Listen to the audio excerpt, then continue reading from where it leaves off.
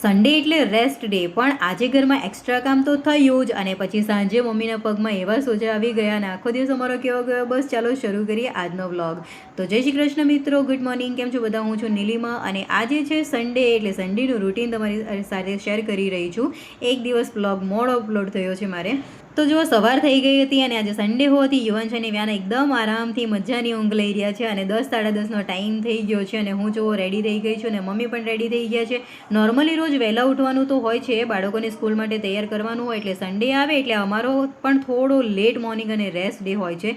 આજે સવારથી વાતાવરણ પણ એકદમ રેની હતું અને સવારે તો ઘણો વરસાદ આવ્યો અને પછી થોડી વારમાં વેધર એકદમ સરસ થઈ ગયું અને થોડો તડકો પણ નીકળ્યો. પછી હું મારા ડેલી રૂટીનમાં લાગી ગઈ અને માસી પણ આવી ગયા હતા, એટલે માસી બસ ક્લિનિંગનું કામ કરવા માંડ્યા અને મમ્મીએ જો શાક સમારીને રસોઈની તૈયારી શરૂ કરી દીધી હતી અને હું પણ મારા કામમાં લાગી ગઈ હતી. રાત્રે ધોયેલા કપડાં લઈ લીધા, સવારના કપડાં સૂકવવા નાખ્યા હતા અને જે કપડાં સૂકવવાના હતા ને એ બધાને ફોલ્ડિંગ કરવાનું કામ પણ એક સાઈડે ચાલુ હતું. એટલે આજે અમે બધા જ સન્ડે રૂટીનના કામમાં લાગી ગયા છે. અને સન્ડે હોય તો પણ ઘરનું કામ તો નેવર એન્ડિંગ જ હોય છે. સવારનું રૂટીન પૂરું થાય એટલે પછી જે એક્સ્ટ્રા વર્ક હોય ને એમાં લાગી જવાનું. અને આજે સન્ડે હતો એટલે વિચાર્યું કે જૂના ગાદલાઓ પણ થોડા ક્લીન કરી દઈએ.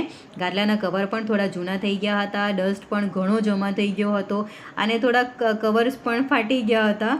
એટલે બસ નવા કવર લાવવાની તૈયારીમાં ચાલે છે અને બસ વિચાર્યું કે આજે થોડુંક ડસ્ટિંગ કરી દઈએ.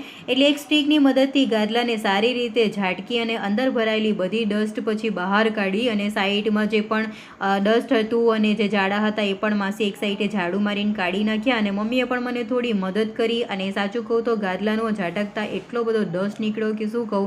અને પછી ગાદલું સારી રીતે પાથરી દીધું.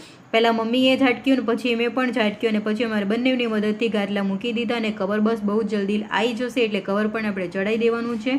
અને એટલામાં માસીએ પણ જો આખા ઘરમાં ઝાડુ પોતું કરીને ક્લિનિંગનું કામ પણ કમ્પ્લીટ કરી નાખ્યું.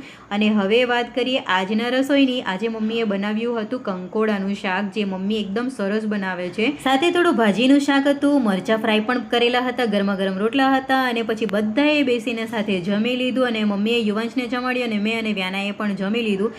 અને બપોરનો લગભગ 1-1.5 વાગ્યાનો સમય હતો, એટલામાં જમ્યા પછી થોડી વાર અમે રેસ્ટ લીધો અને પછી સાંજ પડતા જ મમ્મીના પગમાં અચાનક સોજો આવી ગયો અને પગ એકદમ દુખવા લાગ્યો.